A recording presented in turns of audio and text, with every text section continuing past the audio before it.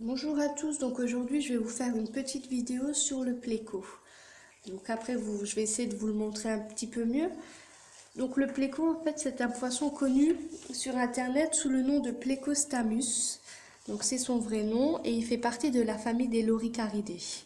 Donc la dimension en aquarium va varier entre 20 et 25 cm, plus rarement 30 cm. Donc les spécimens qui font 30 cm en aquarium, c'est vraiment rare, mais vous pouvez. Donc dans des grands bacs facilement, donc dans des bacs de 1000 litres, il n'y a aucun souci. Mais 30 cm, ça va être plutôt à l'état sauvage. Donc il va bien s'adapter dans un bac minimum de 260 litres, à condition que ce n'est pas un bac surpeuplé. Donc j'appelle bac surpeuplé plus de 30 poissons. Donc le mien, il n'y a même pas une vingtaine de poissons, ça va très bien pour lui. Parce qu'en fait, il a besoin de place pour se développer et surtout nager librement. Donc le poisson, il faut le nourrir lorsque vous éteignez les néons, donc la nuit. Donc vous pouvez le nourrir à base de pastilles d'herbe. Donc lui, il va se nourrir tout seul des algues dans l'aquarium. Et vous pouvez également le nourrir de vers de vase vivants. Moi, je déconseille. Après, sur Internet, ils disent que c'est possible. Moi, je n'aime pas donner de la nourriture vivante aux poissons. Je préfère rester dans ce que je leur donne habituellement. Ça évite les infections et le déséquilibre. Donc, c'est un poisson qui va être couvert de taches brunes et grises et avec une grande nageoire dorsale remplie d'épines.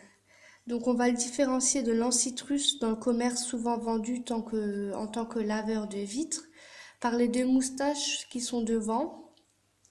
Donc lorsque vous achetez un laveur de vitres dans le commerce, demandez bien est-ce que votre laveur de vitres c'est un Pleco ou est-ce que c'est un ancitrus? Parce que de nombreux gens se font avoir, parce que souvent c'est des ancitrus, mais ça peut arriver que ça soit des Plecos. L'ancitrus va grandir jusqu'à 16 cm maximum, alors que le Pleco ça va être un plus gros spécimen qui va faire 25 cm. Donc ils sont quasiment identiques lorsqu'ils sont alevins et la différence va se voir au niveau des moustaches à l'avant de la bouche. Parce qu'il y a beaucoup de personnes qui doivent s'en débarrasser à cause de ça, le manque de place. Donc il va aussi tendance à se nourrir des plantes que vous avez dans l'aquarium. Donc n'en mettez pas trop puisqu'il aime bien grignoter aussi auprès des feuilles. Et donc ça demande beaucoup plus d'entretien un aquarium avec un Pleco puisqu'il va faire de gros déchets.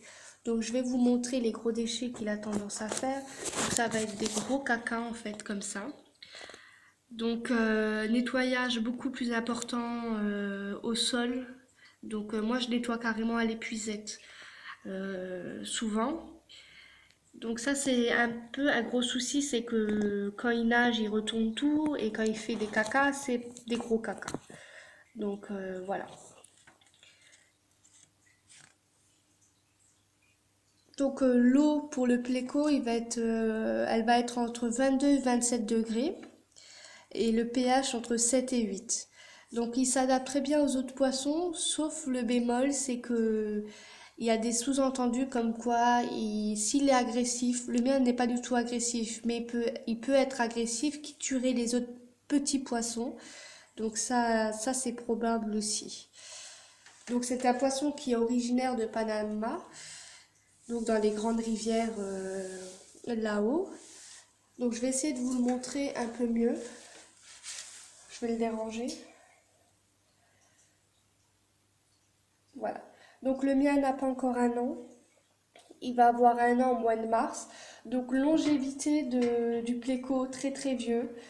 On parle de 10 ans, 7 à 10 ans en aquarium.